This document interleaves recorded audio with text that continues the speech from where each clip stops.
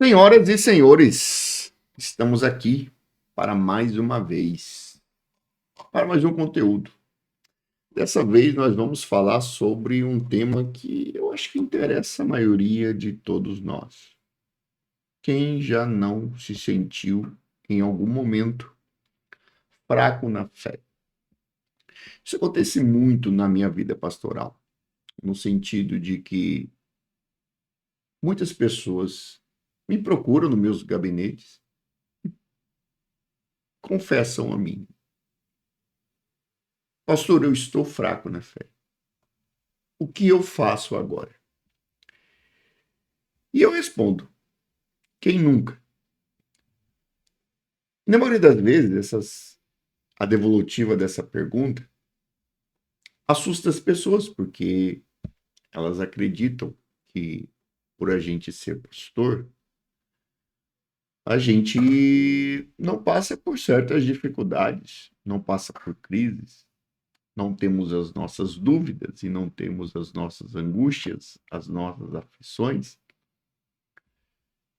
Mas fato é que todos têm,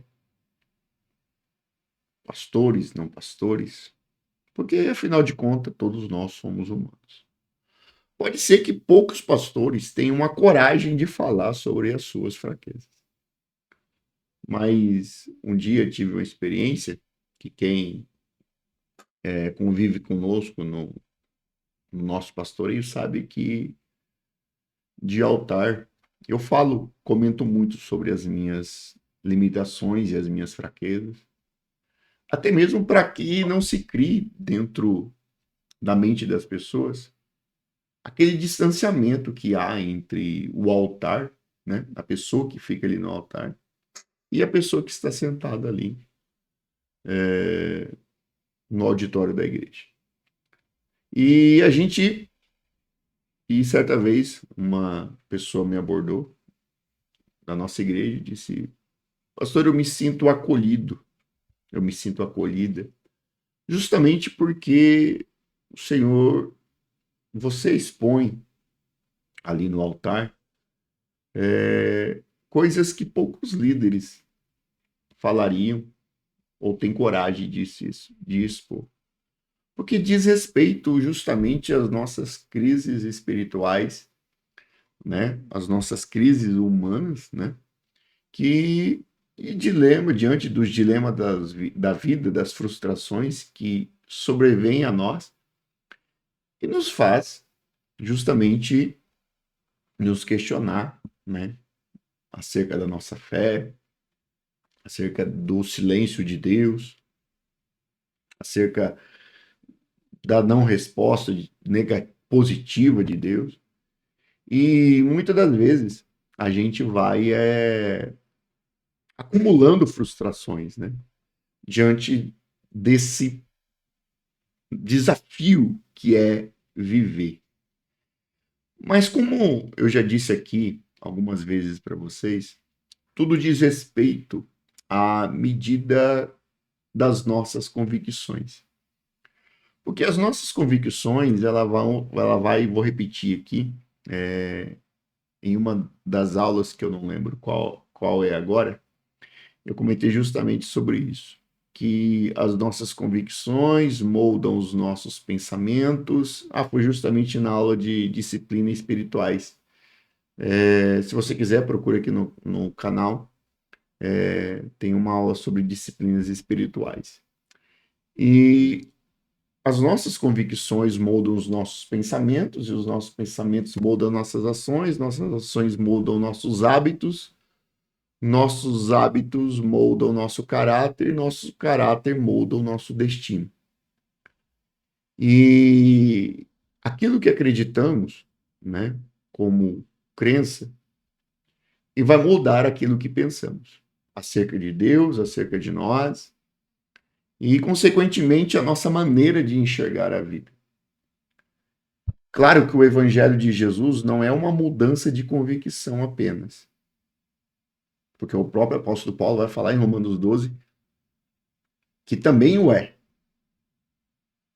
Mas A vida cristã não é uma conversão, como diz o pastor Ricardo Barbosa, não é apenas uma conversão de convicção, é uma conversão de pessoa, do indivíduo em pessoa. O indivíduo é uma pessoa que está voltada para si, para o seu egoísmo, para suas vontades, para sua autossuficiência, enquanto que a pessoa é alguém voltado para fora. E isso aqui é um outro assunto. Mas fato é que a gente está diante desses dilemas e as nossas convicções, elas nos ajudam ou pioram muito a maneira como enfrentamos tudo isso. E, e não somos os únicos, né, a sofrer, né, dessa fraqueza na fé, principalmente diante dos dilemas da vida, das aflições, como eu já disse aqui.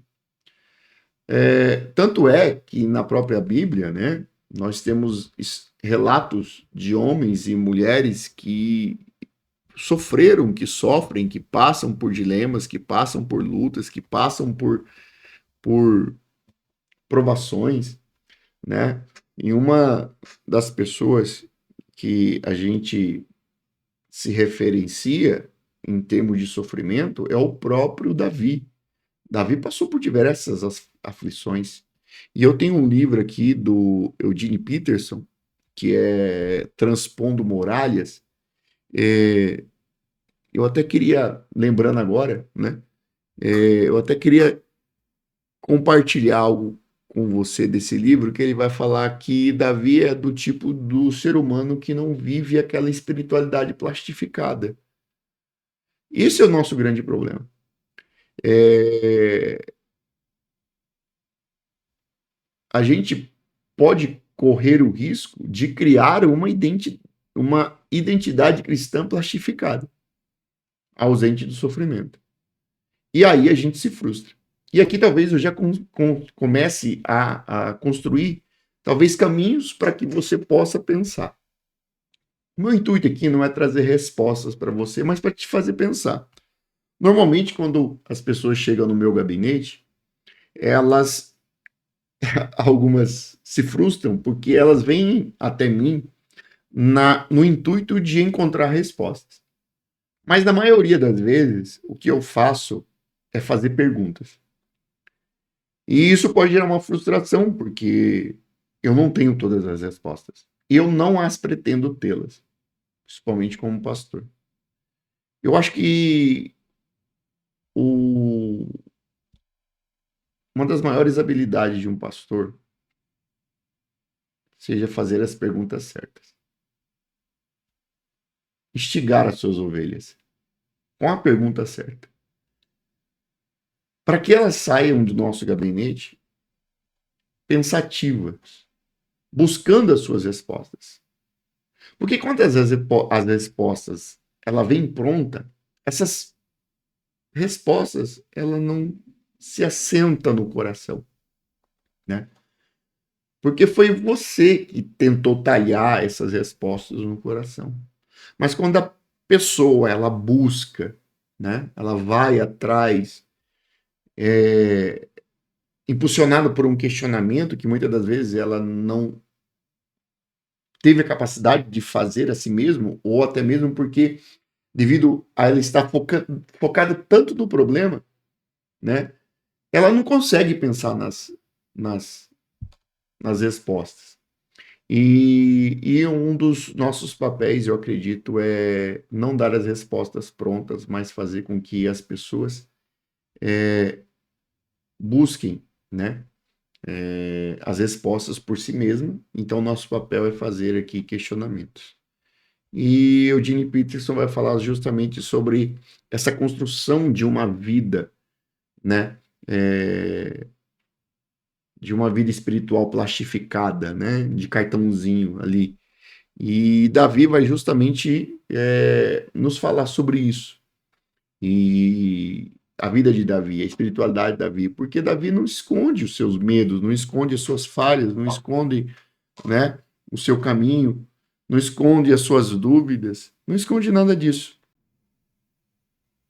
E o próprio Davi, né, vai falar um pouquinho sobre isso, né? Vai falar um pouquinho, não, a própria história de Davi vai falar sobre isso.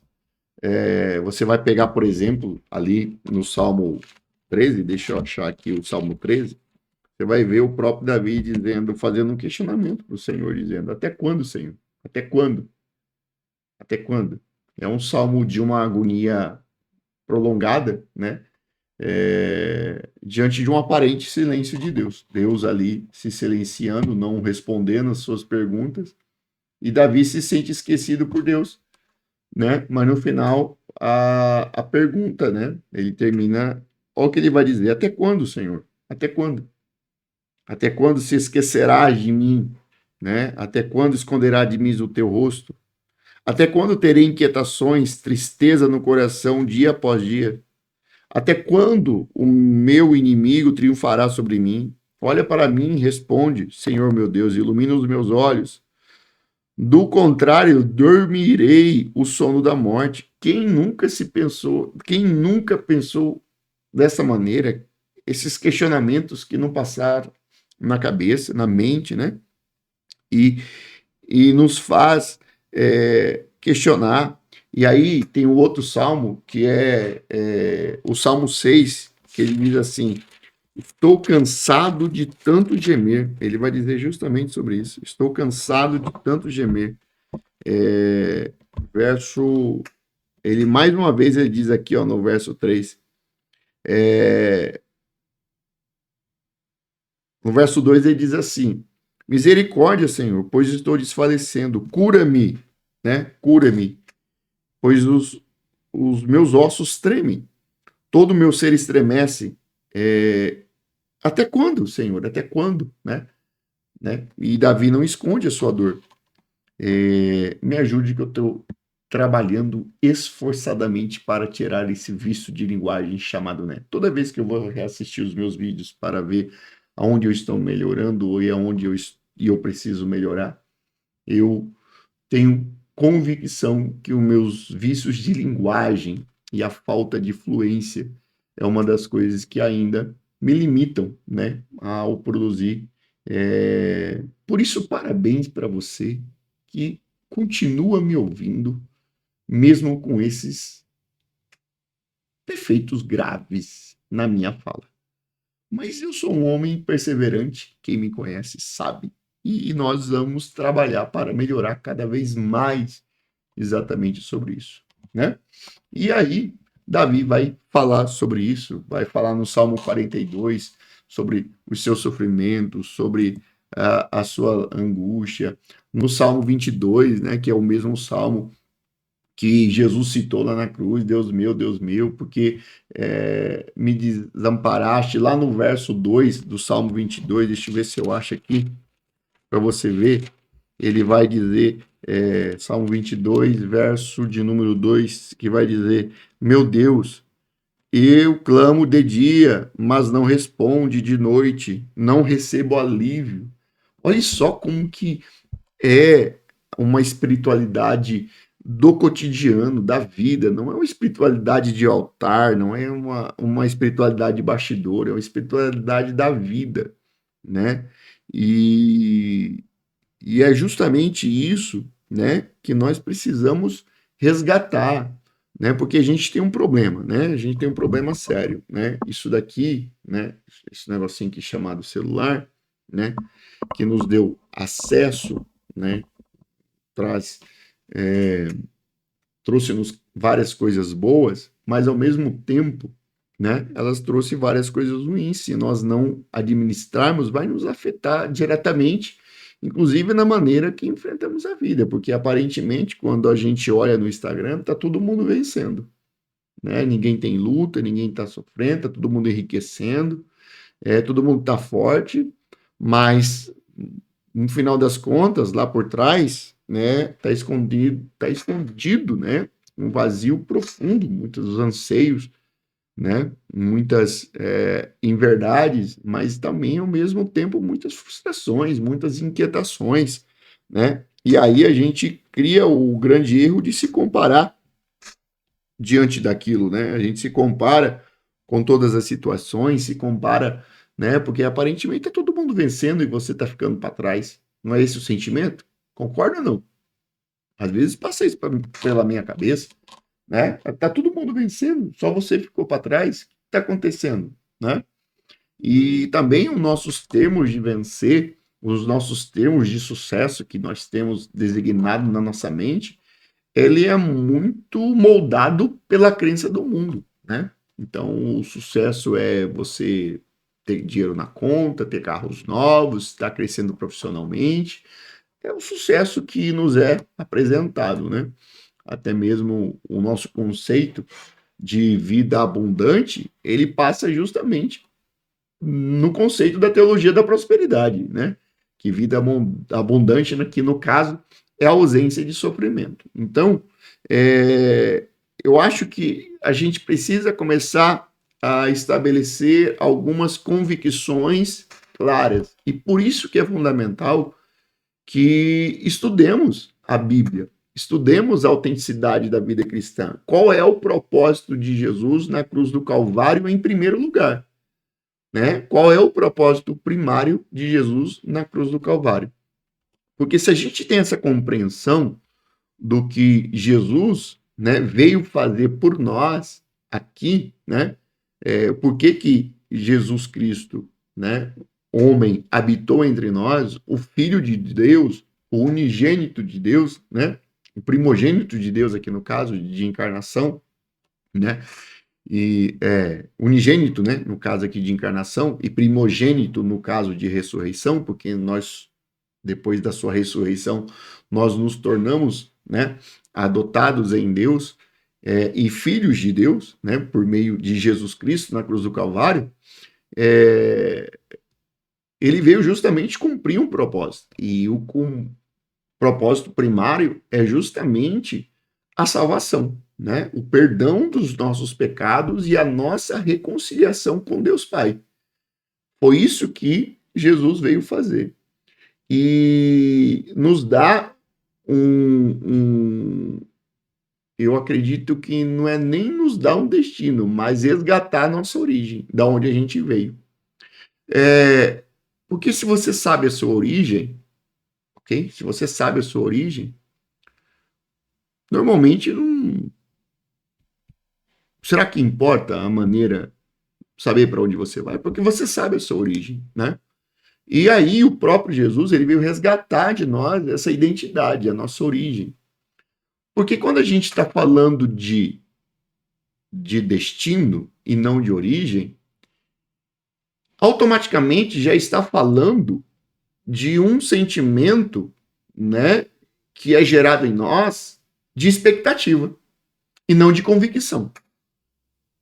E é por isso que muitas das vezes a gente está frustrado. Por que a gente está frustrado? Porque nós estamos vivendo uma fé de expectativa e não de convicção. E essa fé de convicção, ela é posta justamente na sua origem, não do seu destino.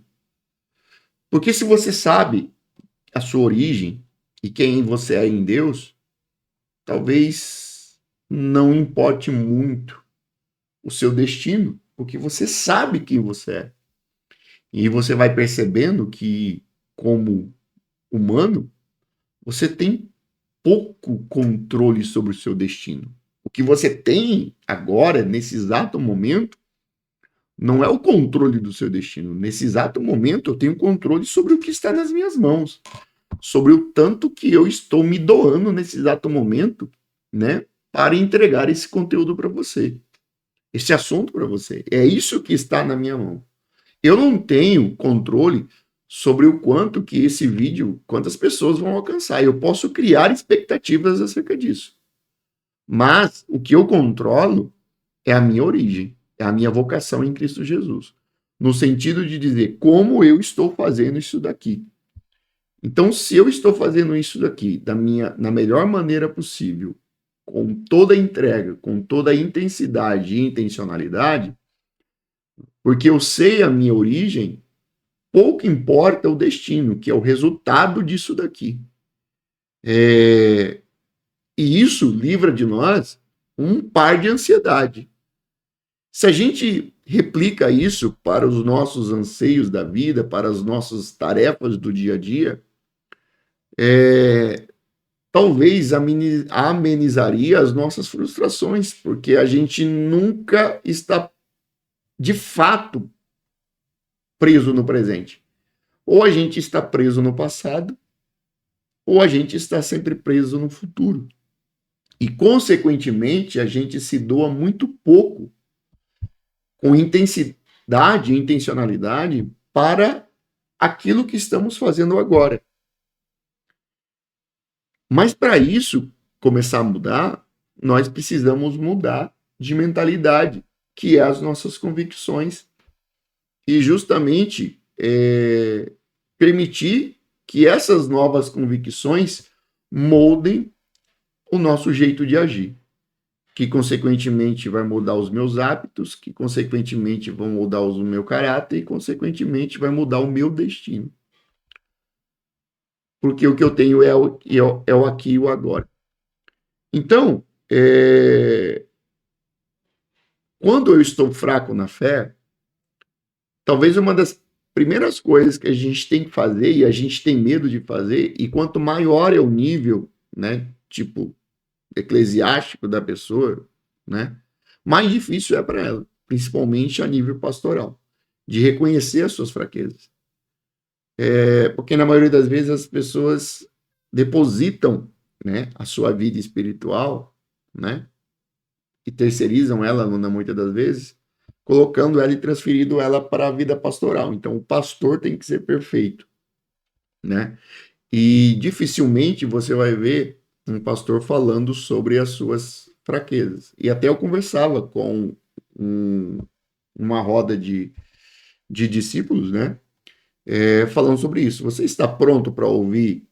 Você, como ovelha, está pronto para ouvir sobre as minhas fraquezas? Você está pronto para me ouvir sem me julgar? E esse é um ambiente, né, que não, às vezes eu tenho dificuldade, ou dificuldade total de falar sobre o nome dele, né?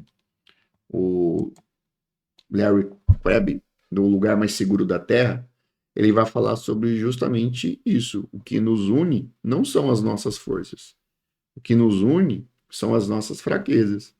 E aqui ele não está falando do fato de todo mundo ficar se vitimizando numa roda onde todo mundo só fala, mas disputando o sofrimento, porque às vezes a gente está desse jeito também, né? Fica disputando sofrimento, né? Então, você não viu a minha prova. Você não viu a minha é pior do que a sua. Então a minha, irmão, você... Aí vira aquela disputa, né? Para quem tem a pior aprovação. E não é isso que ele está falando. Ele está falando de uma construção, de um lugar, de uma comunidade, aonde as pessoas podem, né, e se sintam encorajadas a abrir o seu coração no momento onde elas estão fracas. Ao invés de escondê-las, ok? Essa fraqueza, ela está num lugar tão seguro, onde ela consegue olhar no rosto da outra e não ser alguém de mentira, e ser alguém de verdade, né? E para isso a gente precisa construir esse lugar seguro, onde as pessoas consigam falar das suas fraquezas sem serem julgadas. Eu costumo dizer que não é porque o seu pecado é diferente do meu que isso me torna melhor do que você. Porque na maioria das vezes, o que a gente está fazendo? A gente está falando do pecado alheio, né? E escondendo os nossos pecados. E porque eu acho que eu não tenho aquele pecado que o meu irmão tem, eu me sinto melhor do que ele. E aí, muitas das vezes, as coisas vão criando um abismo e muro. Então, eu me sinto no direito né? Ok? De me sentir melhor do que o meu irmão. E então, o direito aqui de fazer e de lhe tacar pedra nas suas fraquezas. Então, a gente precisa construir esse caminho. Mas antes de construir esse caminho, primeiro a gente precisa reconhecer, né? E para reconhecer que estamos fracos, a gente precisa realmente, no segundo, ter um caminho seguro, um lugar onde a gente possa falar, né? Marcos 9:24 tem uma passagem muito interessante de um homem que muitas das vezes ele reconhece a sua incredulidade. Ele diz assim: Senhor, eu creio, mas ajuda na minha incredulidade. Isso aqui é tão tremendo, isso aqui é tão poderoso, que é disruptivo. Porque na maioria das vezes a gente está vivendo uma vida, uma falsa espiritualidade. A gente, no fundo, as nossas palavras estão dizendo o que a gente crê, mas lá no fundo, a gente não está crendo. Então, o que é melhor? É eu pronunciar de lábios que eu estou crendo, né? Mas lá no fundo, eu estou fraco, eu estou morrendo, ou eu realmente dizer, ó, Senhor, eu creio, mas ajuda na minha incredulidade, ajuda-me a crer. E aí você vai perceber que mesmo esse homem não crendo, ele vai receber o milagre. Porque muitas das vezes é melhor uma sinceridade. Ou é sempre melhor uma sinceridade do que você viver escorado nos seus próprios enganos. Isso acontece comigo, isso acontece com qualquer um de nós. E a gente precisa cuidar disso. Então a gente precisa ser sincero, né? Marcos 9, 24. Está escrito aqui, imediatamente o pai do menino exclamou: creio, ajuda-me a crer, vencer a minha incredulidade, né? E esse homem vai alcançar graça e vitória, né? Justamente porque ele teve a sinceridade de falar em seu coração algo que ele estava sentindo. Ele gostaria de crer, mas naquele momento, né? Uma incredulidade. E ele foi sincero em falar sobre a sua incredulidade, né? O outro ponto também é o próprio apóstolo Paulo. Eu sou apaixonado pelo apóstolo Paulo. Eu acho que quem não é, né? O apóstolo Paulo é um homem tão bem resolvido, que ele sabe tão bem a sua origem, que ele não tem medo de falar sobre as suas fraquezas. Acho que, se eu não estou enganado, é 2 Coríntios 11, onde ele vai falar, por diversas vezes, fui açoitado, fui abatido, sofri naufrágio, passei fome, muitas vezes na mão de salteadores, na mão de irmãos, né? Falsos irmãos, ele vai dizer isso. E ele é um homem que não tem coragem, né? Ele não tem vergonha, né? No fato de falar sobre as suas fraquezas, porque ele é um homem resolvido. E por que ele é um homem resolvido em relação às suas fraquezas? Porque ele sabe que as fraquezas é justamente o ponto aonde Cristo vai alcançá-lo, vai manifestar a graça de Cristo, o amor de Cristo, a bondade de Cristo. Tanto é que ele vai te dizer: se eu tiver que me gloriar, se eu tiver que contar a vitória, que eu conte vitórias sobre as minhas fraquezas. E ele é justamente esse homem que não tem vergonha de falar sobre as suas fraquezas. Ele também não tem vergonha, lá em Timóteo, quando ele estava preso, ele vai falar dos amigos que abandonaram ele, que viraram as costas para ele, reconhecidamente. Somente um que ele talvez nem passava na mente dele, que talvez não iria ajudá-lo, foi o que ajudou, Marcos. Então, assim, nos dias mais difíceis, quem ele menos esperava ser ajudado foi o que mais ajudou ele. Então,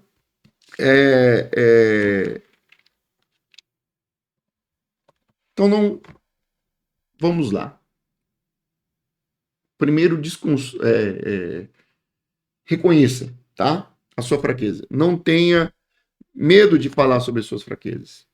Que é justamente as suas fraquezas que vão. Quanto mais você falar sobre as suas fraquezas, menos elas vão te controlar.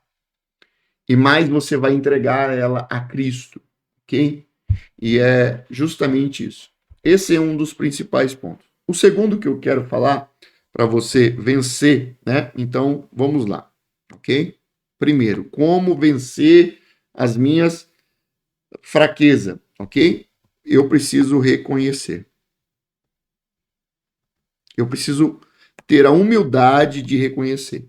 E aqui eu já citei Marcos 4, 24, né? E eu já citei o próprio apóstolo Paulo, posso até citar aqui, 2 Coríntios, né? 12:9, mas eu posso citar também o próprio texto aí, qual eu falei que é 2 se eu não estou enganado, é, 2 Coríntios 11, 24. Ele vai dizer, 5 vezes recebi dos judeus 30 açoites, 3 vezes fui golpeado com varas, e aí ele continua dizendo, né? Trabalhei arduamente, muitas vezes fiquei sem dormir, passei fome, sede, muitas das vezes fiquei em jejum, passei fome, sede, muitas das vezes fiquei em jejum, suportei frio, nudez, além disso, enfrento diariamente uma pressão interior. Olha só, aqui é a questão pastoral, de uma pressão interior, a saber, a minha preocupação com todas as igrejas. Quem é pastor autêntico, chamado por Jesus, que ama a noiva de Jesus Cristo e sabe qual é o seu papel, sabe do que o apóstolo Paulo está falando. Ele está falando dessa pressão interior de querer ver, né, o reino sendo propagado, sendo expandido, né, na autenticidade do evangelho, do jeito que Jesus desejou que a noiva do Cordeiro é, fluísse, né? Quem está fraco, que eu não me sinta fraco. Ele diz: quem não se escandaliza, que eu não me queime por dentro. Se eu devo me orgulhar, que seja nas coisas que mostram a minha fraqueza. Isso aqui é tremendo. Isso aqui ajuda-nos a construir uma espiritualidade autêntica, espiritualidade da vida, né? Falando sobre os nossos sofrimentos. Então, a primeira coisa é reconhecer. Ah, mas para mim reconhecer, eu não sinto lugar na comunidade onde eu estou para eu reconhecer. Então, isso aqui é uma questão cultural de comunidade, ok? E de igreja, ok? De criar um ambiente onde você possa falar também sobre as suas fraquezas, ok? Sobre as suas fraquezas. Isso é muito importante, ok?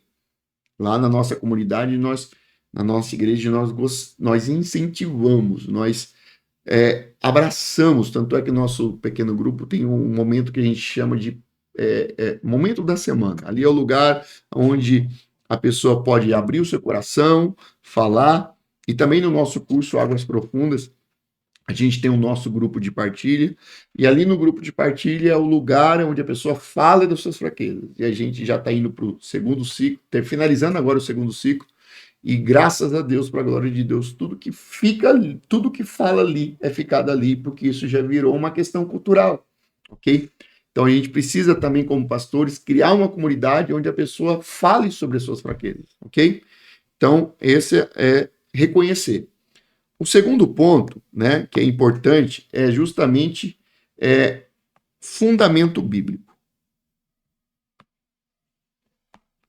O fundamento bíblico ele é importante justamente para que eu molde as minhas convicções. Se as minhas convicções estiverem erradas, se o meu conceito, se o que eu entendo de evangelho está errado, vai pesar nos meus pensamentos, porque isso vai moldar os meus pensamentos. Se eu entendo, né, que a Bíblia diz respeito de um evangelho de prosperidade, que a abundância de vida é ter dinheiro e ter ausência de sofrimento, se eu entendo que isso é o evangelho, se eu não tiver essas coisas, eu vou estar em crise. Eu vou estar em crise em Jesus. Vou estar em crise porque eu estou entendendo que o evangelho é isso. Ok? Então, a gente precisa entender, né, que é importante estar fundamentalmente alicerçado na Bíblia. Até mesmo para a gente entender, né, que a nossa fé que nós temos é uma fé que é gerada. Ok? Essa fé é gerada. Ela é gerada pelo Espírito Santo de Deus. Ok? Ela é gerada. Ela é gerada em nós e nós a respondemos. Ok? Nós respondemos essa fé. Ok? Temos o poder ali de dizer sim ou não. Ok? De rejeitá-la. Aqui eu não quero entrar em pontos polêmicos. Ok? Beleza? Então, a nossa fé, muitas das vezes, ela. E por que enfraquecemos na fé? Porque alguns pontos vão acontecendo, né? Ok? Então eu preciso estar fundamentada, ok? Então, já dito isso, né? Ok? E quando que a fé enfraquece? Né? A fé enfraquece justamente, né? Por alguns pontos que eu vou falar. Primeiro, né? Quando a gente se afasta da palavra. A gente se afasta da palavra de Deus. Ok? Quando a gente se afasta da palavra, nós nos enfraquecemos na fé. Segundo, por que que a gente, né, nos sentimos fraco na fé? Ok? Porque nós trocamos as verdades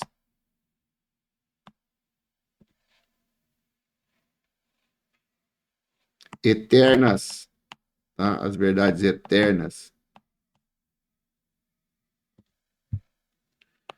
pelas verdades do mundo.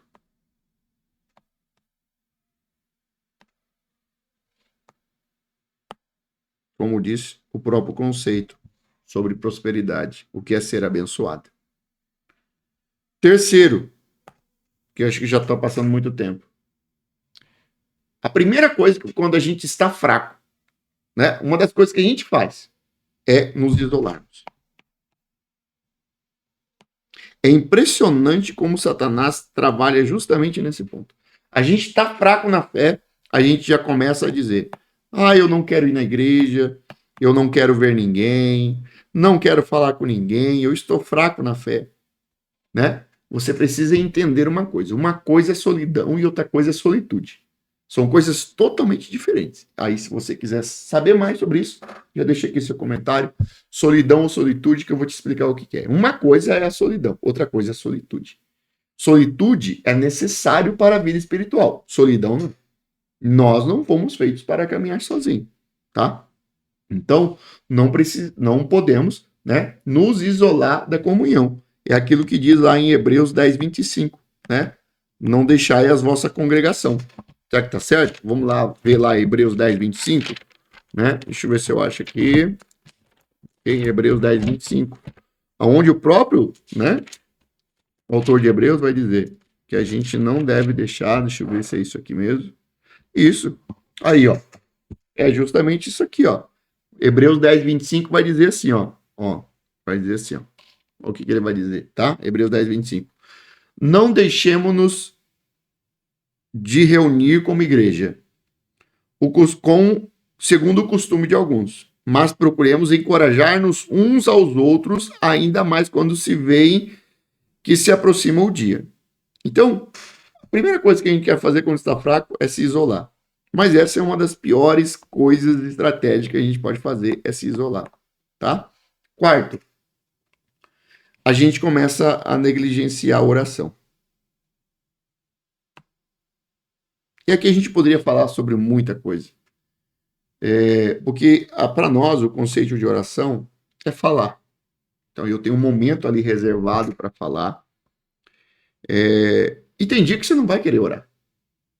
E tá tudo bem. Tem dia que você não vai querer ler a Bíblia nesse sentido porque você tá mal e tá tudo bem.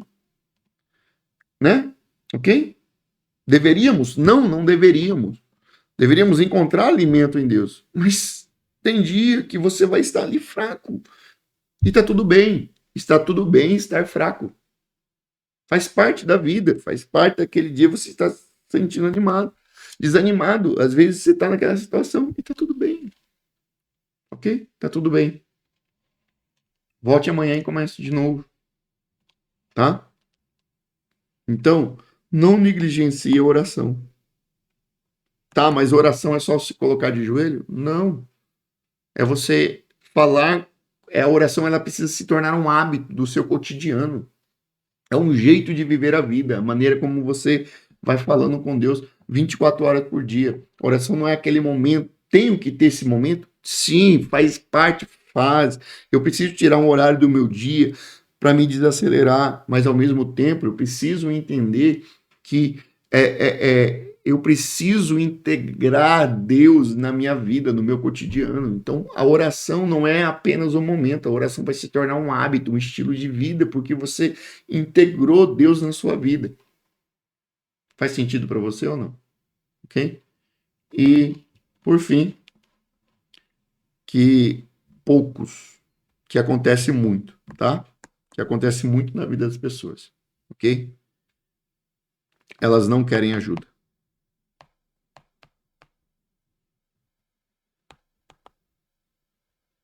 Elas se fecham, elas se isolam. E quando eu estou falando ajuda, nesse sentido aqui, ela é um pouco diferente da comunhão. Por que ela é diferente da comunhão? Né? Então, nós não podemos nos isolar. Aqui, o que elas não querem ajuda? Não querem ajuda de um conselheiro espiritual, né? De uma figura. É necessário dentro da comunidade ter pessoas experientes, justamente, né, para que essas pessoas mais fracas tenham lugar para procurar aconselhamento, né, gabinete pastoral, para que elas possam falar, abrir o seu coração e ali serem direcionadas, né, ok? Muitas das vezes o aconselhamento ou um trabalho cooperativo entre aconselhamento espiritual e um trabalho cooperativo entre o profissional da área de psicologia. Não há nenhum problema você integrar os dois trabalhos para que os dois, as duas áreas venham se ajudar para o bem-estar daquela pessoa. Você concorda ou não? É isso. Essa aula está ficando muito grande. Se você quer mais saber sobre isso, deixa aqui seu comentário, se inscreva no nosso canal e até a próxima. Fique com Deus.